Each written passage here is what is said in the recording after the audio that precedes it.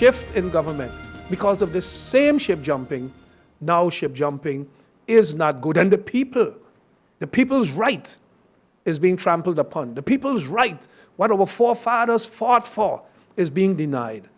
Were the people's right trampled upon when the red, white, and blue coalition was handing in their final report, and you lick the stump out from under them? That is not what the people voted for. The people didn't vote for Cornelius de Weaver to be on that side. They voted for Cornelius de Weaver on the slate of the Democratic Party. They voted for Leona Marlin Romeo on the slate of the UP Party, under the USP Party. So it was good then. It was good then. They took 8 months to complete the formation of their government.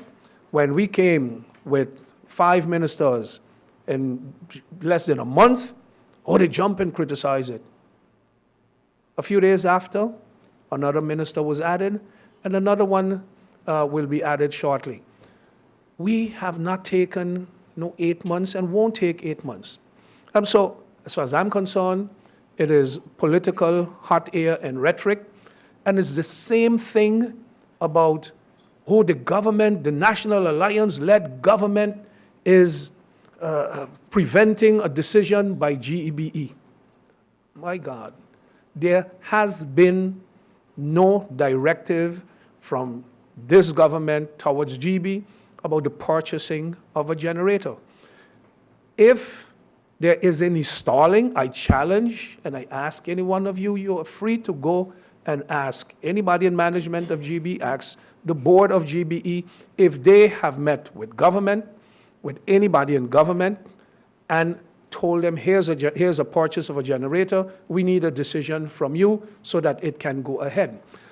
If we write everything that politicians say, and people read everything that the newspapers print, that politicians claim, that is the disservice that we do to our people when politicians mislead the public as to what is truly taking place. What they're doing is hiding their incompetence for the past year, hiding the fact that rather than staying in St. Martin and addressing the issues that are affecting St. Martin, they were constantly off island, in Santo Domingo, in Miami, making arrangements. I wouldn't want to use the word deal, but making arrangements apparently for all kinds of things that when questioned in Parliament, answers were not forthcoming. One of the last experiences that we've had with Minister Claret Connor was shortly after he moved from tourism to Vromi. When he was called to Parliament, the response we got was the minister was sick and couldn't come to Parliament. The next day, the minister was on a plane going to Miami on GB's expense.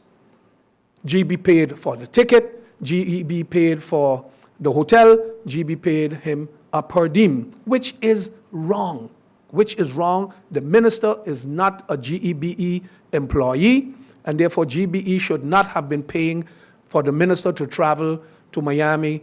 And when asked what he went to do there, we never, ever got the answers. But the leader of the UP party protected the minister by, in his statements on the floor of Parliament, indicate that he happened, the leader of the UP happened to be in Miami and gave the minister a ride to a meeting where a presentation was being made about a possible sewage waste-to-energy plant that they are operating in one of the cities in Florida. These are the things that are not talked about, are not written about, but we make great headlines. Make great headlines. The UP leader is accusing. If you're accusing, bring the facts. Bring the facts. We always talk about double-checking stories. Let them bring the facts. Where GBE has sent to government a request and the government is blocking it to prevent progress for this country. We are in a crisis. We are in a financial crisis, as the CFT has mentioned, is formidable. It's a mountain that's very challenging, a high mountain that has to be climbed, that puts us in a crisis mode going forward. Let me give you a short review of that crisis that I'm talking about.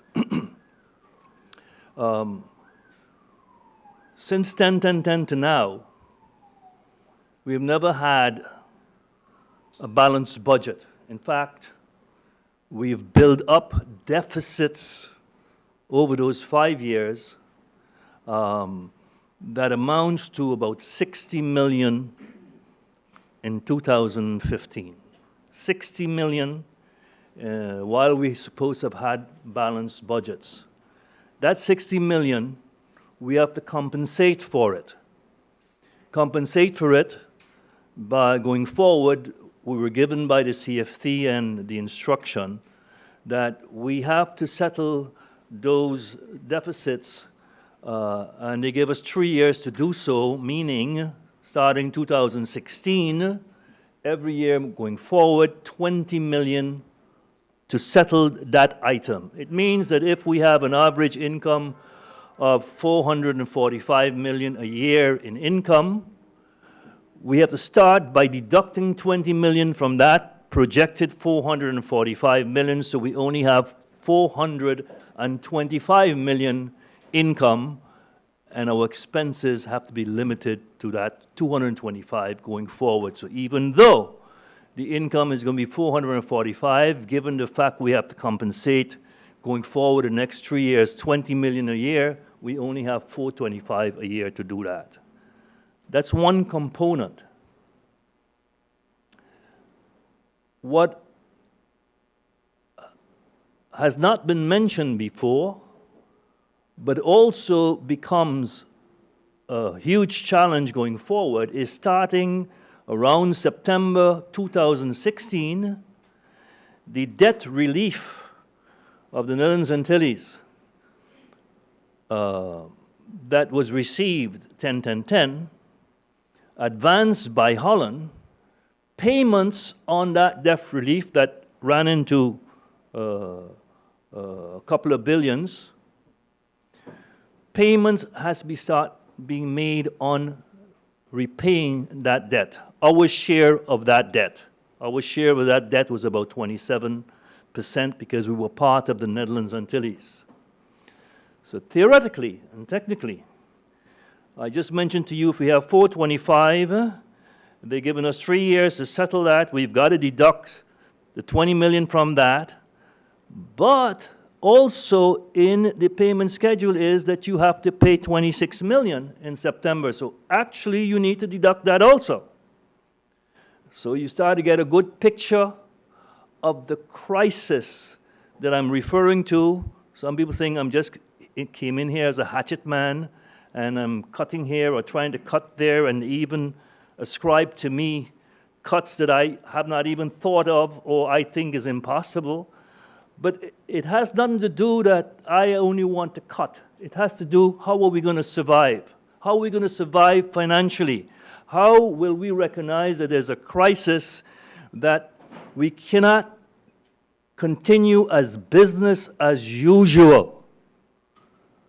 To be able to have a chance over the next number of years to really come back and turn the picture and have a chance to be able to develop further.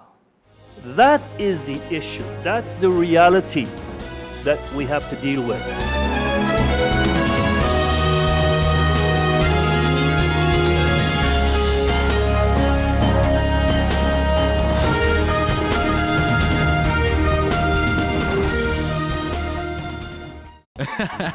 Bob, I can understand why you're parking so carefully. Of course, when you can get 80% discount on your Be Sure car insurance. But that's overdoing it, Bob. Are you be sure? Be sure. Yeah. Hey, Bob, you're on family vacation. Oh, but your daughter's got the measles. But don't worry about it. With your Be Sure travel insurance, children under 12 are covered for free. Are you be sure? Be sure. Yeah, for free. GEBE has been faithfully serving the communities of St. Martin, powering your home and our economy. Come rain or shine, our qualified team of professionals are working hard 24 hours a day to provide you and your family with safe, reliable electricity and water. We use the latest technologies and test our products daily to maintain the highest international standards. Our friendly staff is always there to assist you, whether in person, over the phone, or online. We are committed to constantly improving our products and services, making them more efficient, effective, and environmentally friendly to serve you better today and our next generation of clients tomorrow. GEBE, powering a brighter future. Our friend Megawati is here with tips to save you energy. 1. Turn your airco temperature up. 2. Use a ceiling fan instead. 3. Buy energy-saving products. Save some green with NVGEBE. Need a loan that's quick and easy. Island Finance. Up to 50,000 guineas real easy. Island Finance. For education, a renovation. That's no problem. Yes, it's true. That's not all. They're quick and friendly too. Island Finance. Appliances, vacations, even fix your car. You can depend on Island Finance. That bucket has superpowers. Powers? It makes people suddenly appear. Really? You appeared It makes people suddenly appear. at the right time.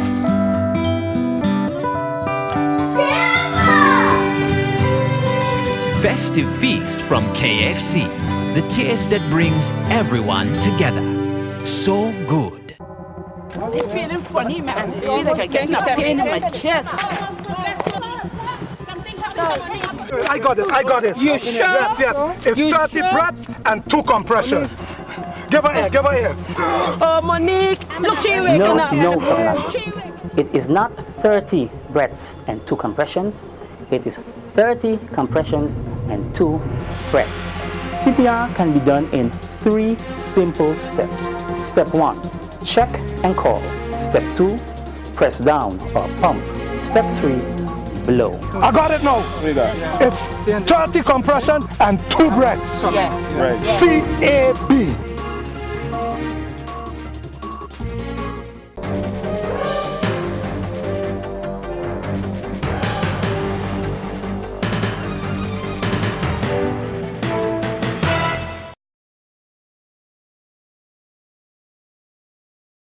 System? Should we have a district system?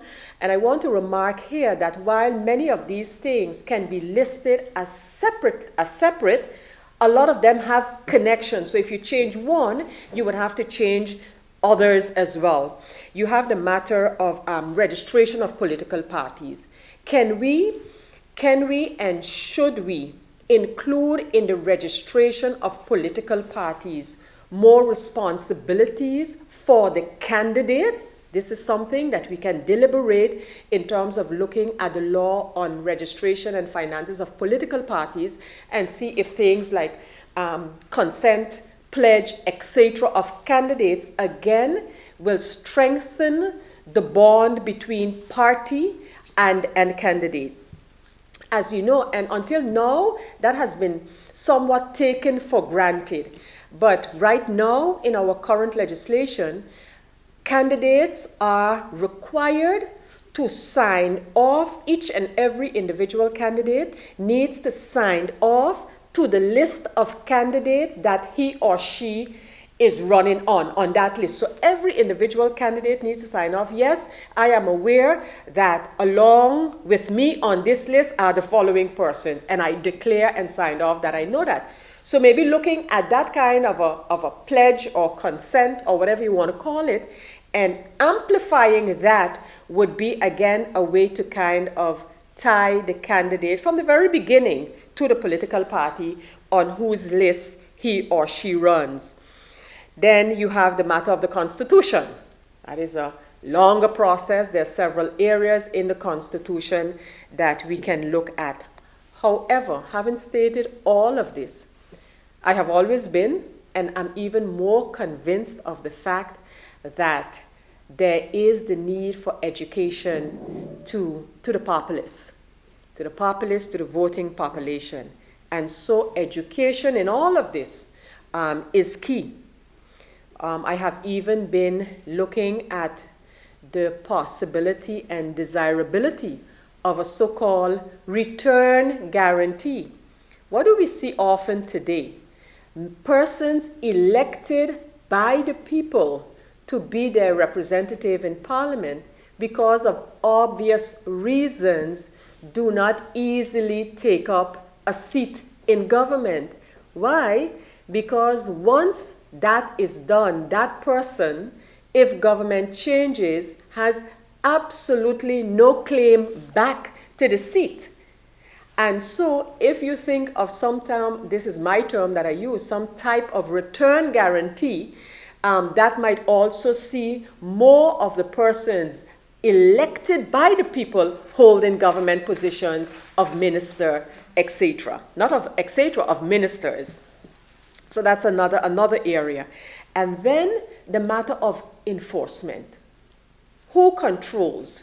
Should we give additional powers to the electoral council, for example?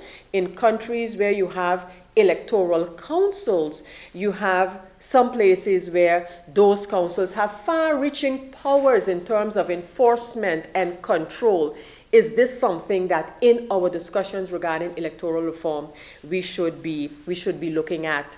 And then you have what I consider a second but related topic, is the one of campaign reform. Campaign reform. How do we conduct campaigns? What happened on election day?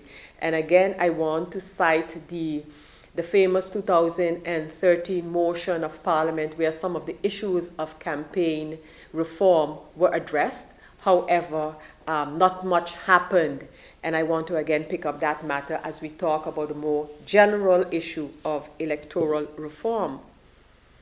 Of course, this whole matter of electoral reform is very much in discussion right now because of what has happened following the motion of non-confidence passed in the government that was there on the 30th of September. And today now, the talk is no longer, in my opinion, about Articles 33 and 59 of the Constitution, but now it has taken a new twist where some persons claim that what is happening by not holding elections in February is thwarting the democratic process or thwarting the democratic rights of the voters. I respectfully disagree. And I think turning it in this direction is actually thwarting the democratic process. Why would I say this? Let's look at some very concrete and straightforward examples of our Constitution. Article 23, the right to vote. That's where it is stated, the right to vote in our Constitution. You have the right as a voter to vote for representatives in Parliament, and you have the right to put yourself up to be elected to Parliament. That is as clear as can be. Then you have Article 46, and that states Parliament sits for 4 years. If, and only if, there is an obstruction, an impasse, a conflict, whatever you want to call it, then Article 59 offers a solution.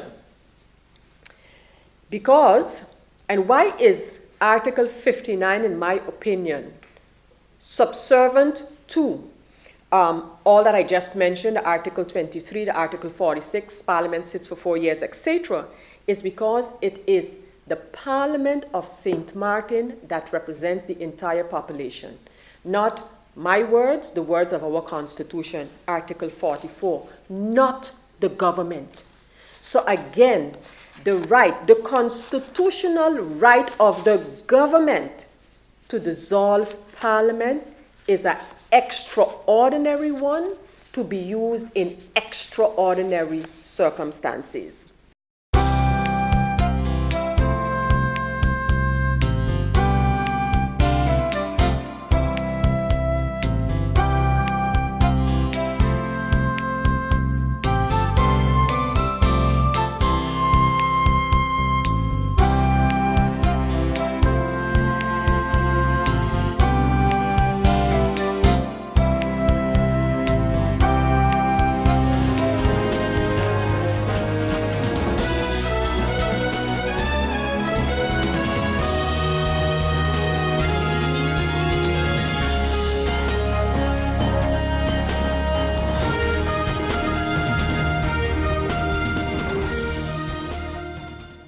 what's your idea of holiday happiness?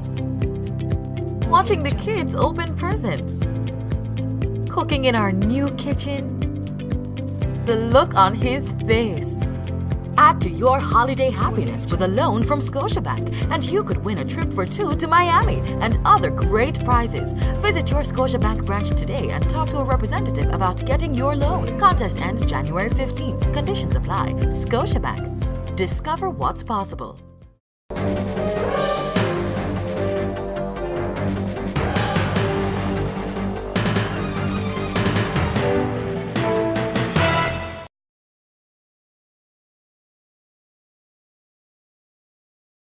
There are also many right here in St. Martin who are in dire need, not because of hurricanes or other natural disasters, but due to man-made choices and decisions which have created disasters in their lives and difficulty for their existence. Many of us as St. Martin culturally have pride and do not ask. We do not register for social assistance and suffer in silence. Look around. Look around and lend a helping hand and give a ray of hope to your neighbor, your friends, even a total stranger who you may know at this time is in need. It often takes a tragedy to wake us up, to make us reevaluate our lives and appreciate what we have. The reason for this is that when tragedy strikes, everything becomes instantaneously prioritized. We realize what matters most to us and what we truly care about. And everything else becomes, we could ignore them. If something like this was to happen to us today, how important would that iPod or the other things that the pastor mentioned that we plug in to the walls in our ears, how important would they be? Yet when things are going well, it can be easy to overlook the blessings in our lives. We sometimes take for granted our health, our ability to work, our homes, or the relationships we are fortunate enough to have, and rather get caught up worrying about our mounting bills, a dripping faucet, or being stuck in traffic, and other daily challenges. How many of us sit in traffic and curse? Guilty. The tragedies we have faced this year have not been heavily affected due to the hurricane season. We can't blame nature and storms. But the social economic situation for many on this island is very, very bad. The group of persons living below the poverty line continues to increase, while St. Martin's economy somehow continues to grow, and a small section of our community continues to thrive. This, I believe, has led to a serious increase in the negative influences on our island, and a rise in violent crimes in homes, businesses, and in the community as a whole. So we are facing storms, just not the natural kind. We cannot continue to point fingers or waste more time trying to patch this growing phenomenon which moves us further and further away from our strength historically and culturally as St. Martin people to always look out for each other, sharing and giving of the little we have, the village raising the children, practicing respect for others, working hard for our bread, relying on education and entrepreneurship to improve our economic standing in society. It was the norm back in the day to have somebody and this one have a little shop selling something here or there. Frico's, Miss Nini, I grew up in Colby. Miss Nini's shop had in every little thing, including Frico's for 25 Dutch cents. And for us, Nini was a rich woman. She had a business. And that is what we need to cultivate in St. Martin again.